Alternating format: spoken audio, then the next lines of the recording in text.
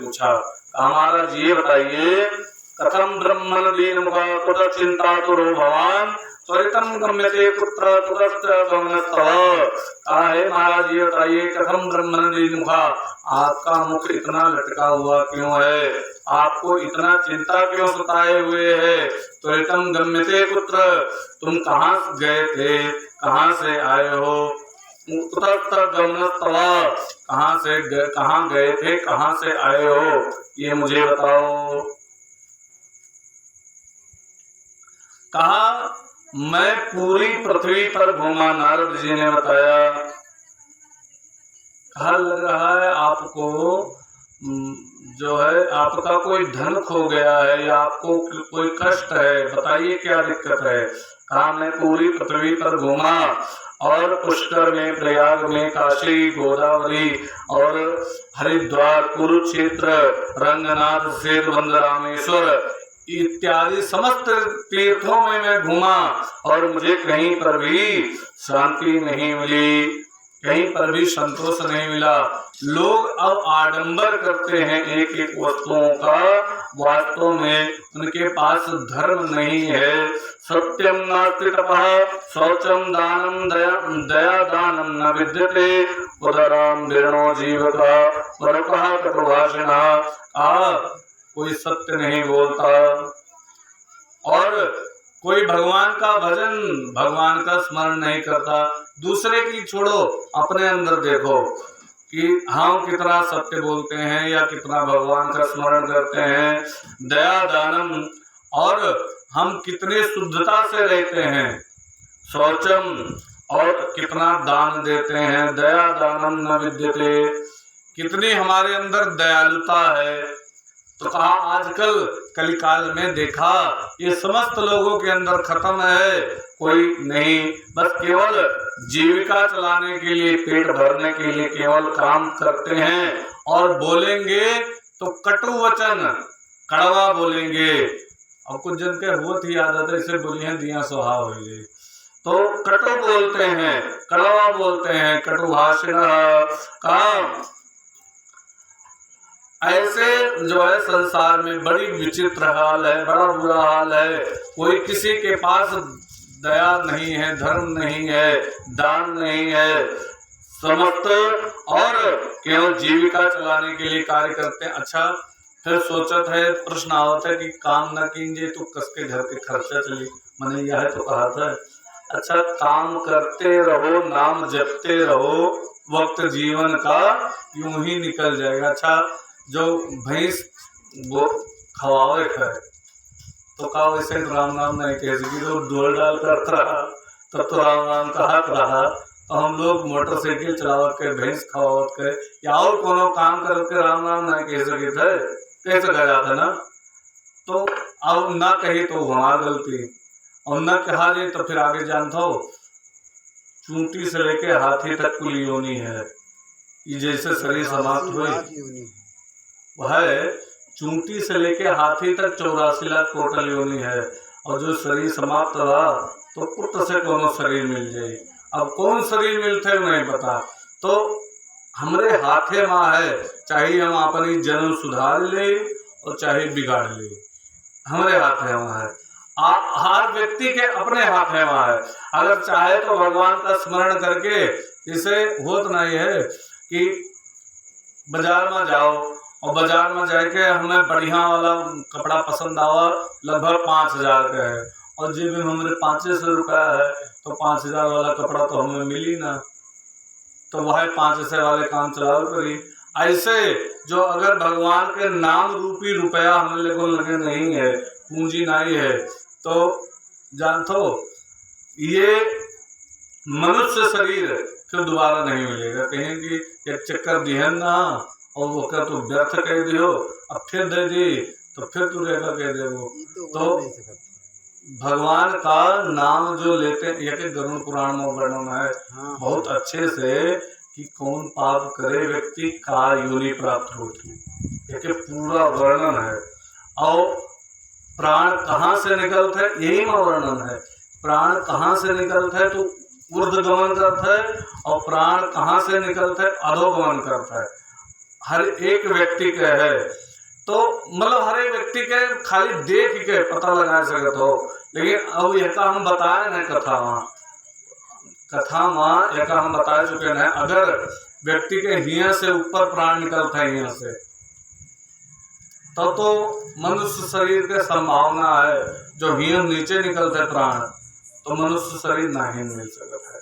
तो 84 लाख योनि है। तो ऐसे जो अगर मृत्यु पेशाब हो जाए मृत्यु के समय में, तो समझ लो मनुष्य शरीर नहीं मिलेगा। देखो लेकिन चीज और तो है, इस लिखी पढ़ी बात है, भी कमाई के नहीं बोल सकते, कमाई के नहीं बोल सकते। कभी भाग हुए तो बताएं कि पंडित साहब ने हमें बताया था, ये लिखी पढ़ी करने को नहीं लिखा, साफ साफ बोलना। अब हम लोग एक हाथ में विश्वास करेंगे तो कभी विश्वास करेंगे, तो हम बोले वृंदावन बिहारी लाल की। तो ये संसार में तो कहा हम भगवान का स्मरण, जैसे कपड़ा लिया, अब उसमें अगर हमारे पास राम नाम रूपी पूंजी है तो बढ़िया कपड़ा मिल जाएगा, और उसमें भी कपड़ा मनुष्य शरीर का मिल जाएगा, और मनुष्य शरीर में भी बढ़िया जो है, क्योंकि ये चक्र चलता है। मनुष्य शरीर मिल जाएगा, मनुष्य शरीर में ब्राह्मण के यहाँ हो जाएंगे, ब्राह्मण में भी फिर सन्यासी के यहाँ सन्यासी बन जाएंगे, और सन्यासी बन करके फिर अविनाशी में मिल जाएंगे। इसीलिए मनुष्य शरीर भगवान देता है बड़ी कृपा करके। तो कहा आजकल देखा है लोगों के अंदर, नारद जी कह रहे हैं किसी के अंदर धर्म का कार्य नहीं है, जो है वो धर्म केवल दिखावे के लिए है, बस केवल धर्म है नहीं उनके अंदर। और उनके कहा, और मैं साधु महात्माओं के पास गया, नारद जी ऐसे संत गए, तो कहा महाराज किस लिए गए थे? कहा वो भी सुनो। कहा किस लिए गया था? मैं वृंदावन में पहुंचा, संक्षेप में कथा, वृंदावन में पहुंचा तो वहां पर मैंने देखा एक युवती को, एक स्त्री को, कई स्त्रियां घेरे खड़ी हुई थी। मैंने सोचा ये कौन सी स्त्री है, क्या है? तो फिर सोचा मेहरों के मामला, हम साधु महात्मा आदमी, हमें क्या जरूरत इनके बीच में जाने से। तब तक उस स्त्री ने आवाज दिया, कहा महाराज रुको रुको, भो साधो क्षणं तिष्ठ मां चिंता अपिनाशया दर्शनं तव लोकस्य सर्वथा परम। तो मैं वहां पर पहुंचा तो उसकी गोदी में, तो मैं लौट करके गया तो उसकी गोदी में 2 लोग लेटे हुए थे, और दोनों बुजुर्ग थे, बूढ़े थे, उसकी गोदी में लेटे हुए थे, उसे सहला रहे थे। तो कहा, नारद जी ने पूछा, हे देवी तुम कौन हो? कहा आम भक्ति रीति ख्याता इमो में तनयो तो ज्ञान वैराग्य मानो काल योगेन जर्जरो। कहा मैं भक्ति देवी हूँ, और ये मेरे दोनों पुत्र हैं जो मेरी गोदी में लेटे हुए हैं, और ज्ञान वैराग्य इनका नाम है। कई काल के प्रभाव से ये जर्जर हो गए, बूढ़े हो गए हैं। तो कहा वाह, बात जची नहीं, माता जवान बैठी है, बेटे बूढ़े हो गए, ये बात जच नहीं रही मैया। कहा नहीं नारद जी, ऐसे ही है, मैं द्रविड़ देश में उत्पन्न हुई, कर्नाटक में बड़ी हुई, गुजरात में आते आते महाराष्ट्र में मैं युवा अवस्था में आई, गुजरात में आकर के मैं बूढ़ी हो गई, लेकिन जैसे वृंदावन पहुंची तो यहाँ पर मैं पुनः युवा अवस्था में हो गई, लेकिन मेरे बच्चे बूढ़े हो गए। तो कहा इनको पुनः उस अवस्था में, तरुण अवस्था अर्थात जवान करने के लिए कोई उपाय करो। नारद जी ने वेद सुनाया, वेदांत सुनाया, गीता पाठ सुनाया बार बार, लेकिन उनको कोई फर्क नहीं पड़ा, वो उठे नहीं। अब जब तक गीता पाठ सुनाते जाएं तब तक वो थोड़ा जवान होते चले जाएं, जैसे गीता पाठ सुनाना बंद करें तैसे वो पुनः मूर्छित होकर के वैसे ही गिर जाएं। तब नारद जी परेशान हुए, तो नारद जी ने कहा प्रभु कोई उपाय बताइए। तो ऊपर से आवाज आई, सत्कर्म करो। कहा महाराज मैं इसीलिए मैं घूमते टहलते पूरे संसार में सबसे पूछता फिर रहा हूँ सत्कर्म क्या है, कैसे किया जाता है। तो कहा मैं सन्यासियों के यहाँ गया, जब कोई MBBS डॉक्टर पहुंच जाएगा है झोला छाप डॉक्टर के पास कि हमारा पेट पीड़ा था, हमें दवाई दे दियो, तो झोला छाप के महाराज अरे अब आप इतने खुदे जानकार हो, हम का आपका दवाई दे दे। या फिर कोई प्रकांड विद्वान बहुत छोटे तुच्छ व्यक्ति से पूछे कि यह अर्थ का होत है, तो कही महाराज हम का जनी अब आपसे ज्यादा हम थोड़े न जाने थे। तो कुछ जन कही हाउ कहे शर्म आवत ही आपसे ज्यादा हम थोड़े न जाने थे। तो जका यहाँ शर्म आवत रही तो चुप्पे मौन धारण के बैठ गए। चेला से बताया नारद जी हैं कि जो हमारे गुरु जी मौन धारण के हैं। और नारद जी जब पहुंचे कहा गुरु जी मौन है, और कोई कोई समाधि में बैठ के बता देना गुरु जी समाधि में है, समाधि में कोई कोई टूटिए छोड़ भाग गए। इस प्रकार सब महात्मा शांत, लेकिन जे जानते रहे महाराज हम नहीं जाने थे तो हाथ जोड़ के कह दें, लेकिन जे के अहंकार रहा हमारी बेइज्जती हो जाए तो कहीं नहीं बता जो गुरु जी समाधि में है या गुरु जी कहीं गए हुए हैं। तो इस प्रकार संतों के यहाँ गया मैं, संतों के यहाँ भी मुझे इसका उत्तर नहीं मिला। और उसके बाद मैं पूरी पृथ्वी पर घूमा, तब मैं गृहस्थों के यहाँ पहुंचा। और जब गृहस्थों के यहाँ पहुंचा तो वहां पर बड़ा बुरा हाल। तरुणी प्रभुतागे हे शैल को बुद्धिदायक कन्या विक्रेण लोभात दंपति नाम चकलकनम। तरुणी प्रभुतागे हे श्रीमती जी मलिकिन बनी है करे। अच्छा ये वो था कि नहीं कलिकाल है कि नहीं दिखाए पर थोड़ी मिहर ज्यादा मलिकाना रहा है। हाँ इन्हें तो यही मेरे करे है ये करे है, मतलब सबके यहाँ नहीं कुछ जगह देखे हुए खूब चले हुए। तो तरुणी प्रभुता के और शाल को बुद्धिदायका सलाह लेना होगा तो माता पिता से नहीं, साले साहब आते हैं सार और थे वो सलाह देते हैं, माता पिता बैठा है तो बैठा रहा जो। शैल को बुद्धिदायका कन्या विक्रेण लोभात, ज्यादा व्याख्या नहीं करेंगे। कन्या और वर का अतरा दहेज लेवे, मोटरसाइकिल अतरा नगद चाहिए तो हम दिया कर दे, नहीं तो नहीं। तो कन्या और वर का सौदा पट गया तब विवाह हो जाता है, और अगर सौदा नहीं पटा तब विवाह नहीं होता है। आगे आने वाले समय में तो और बुरा हाल है। कोई कन्या वाले रुपए नहीं देंगे। अच्छा फिलहाल अब ही से चले लाग है, थोड़ा थोड़ा समाज में चल रहा है कि बिटिया वाले उल्टा रुपया ले लेते, लेकिन कुछ समय में ऐसा ले आज वाले समय में उल्टा बिटिया वाले का दहेज दे पर लड़का वाले देखो ऐसा कुछ ना आपो रहबो हम रहबो तो मिले ऐसा कुछ ना हो। बोले वृंदावन बिहारी लाल की, बोले राधे रानी की। जो हुई तो सामने नहीं आपो रहबो हम रहबो न राजी तो कोई बात नहीं, लेकिन तब मिला जी। हाँ बोले श्रीमद् भागवत महापुराण की। तो जो है कन्या विक्रेण लोभात दंपति नाम च कलकनम, क्योंकि जो कुछ भी इसमें वर्णन है वो आज के समय में सत्य होता दिखाई दे रहा है कि जो है पत्नी महोदय मलिकाना करे, पूरा घर का संभाले हुए हैं।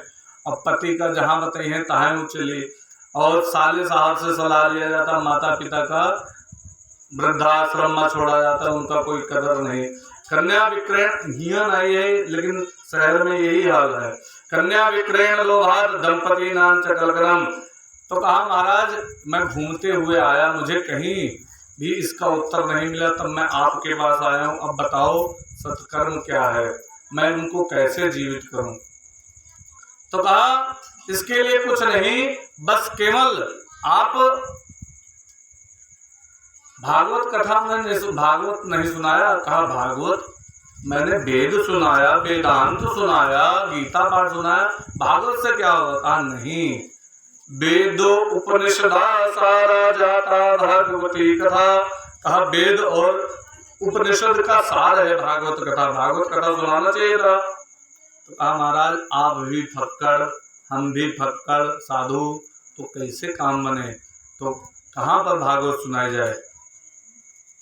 कहा एक काम करो नारद जी, हम थोड़ा नीचे उतरेंगे, आप थोड़ा आगे आए, और जितना दूर आप चलेंगे उतना दूर ही हम चलेंगे, बीच में आकर के मिल जाते हैं, वहीं पर भागवत हो जाए।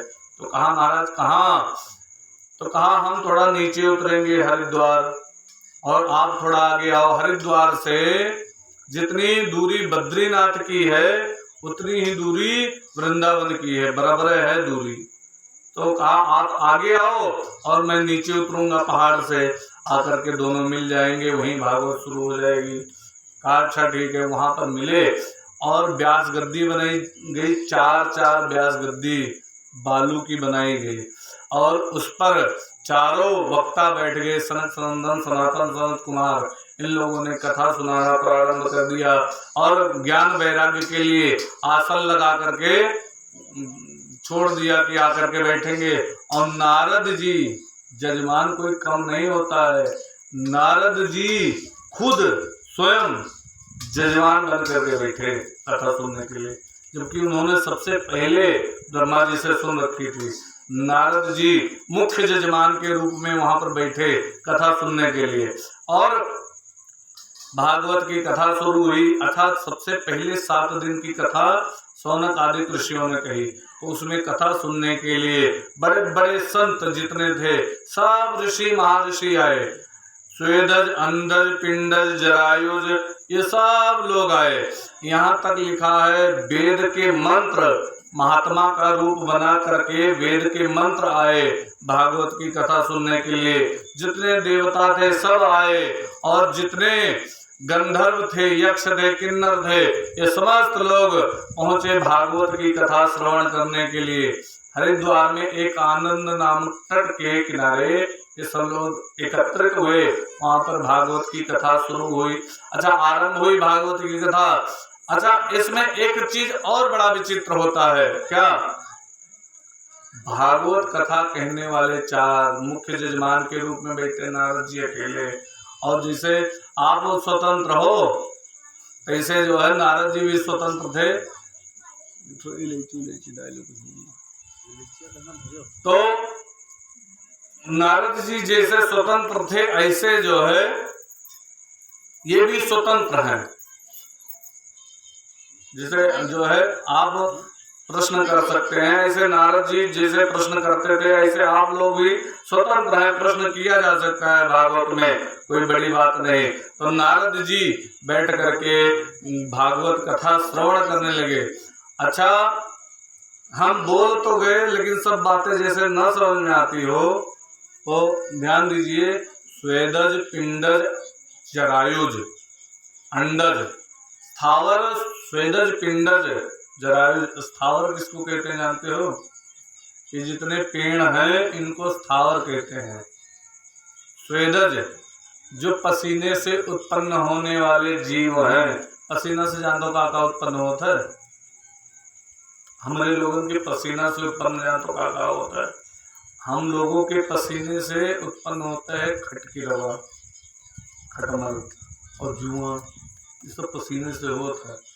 तो एक तो कुटकी सुटकी के टाइप चौगड़ी ओगड़ी कहा, तो ये सब पसीने से उत्पन्न होने वाले जीव स्वेदज। और पिंडज जो गोल गोल आकृति से उत्पन्न हुए, अर्थात अंडे इत्यादि से उत्पन्न होने वाले हैं। एक पिंड से उत्पन्न होने वाले और गर्भ से द्वारा, और अंडज अंडे से उत्पन्न होने वाले।